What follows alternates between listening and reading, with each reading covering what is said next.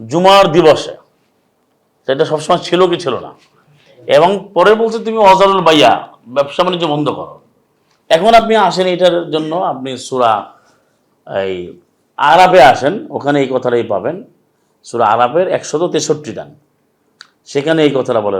163 নম্বর আয়াত হচ্ছে ইয়াস বেতন, অর্থাৎ এই শব্দের অনুবাদটা বোঝার জন্য, ভাষাটির নয় বোঝার জন্য আপনি যাবেন হলো প্রথম 78-এর 9-তে সূরা নাবা, ওয়াজি আলনা নামাকুম সুবাতা, সাত বোঝার জন্য। সুবাতা মানে হচ্ছে আরাম গ্রহণ করা, অবকাশ যাপন, বিরতি, কর্মবিরতি।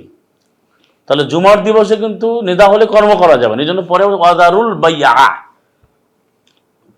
এরপরে কি বলতে যালিকুম খায়রুল লাকুম ইন কুনতুম তা'লামুন, অতীব কল্যাণময়, মঙ্গলজনক, যদি তোমরা বুঝতে পারো, জানতে পারো।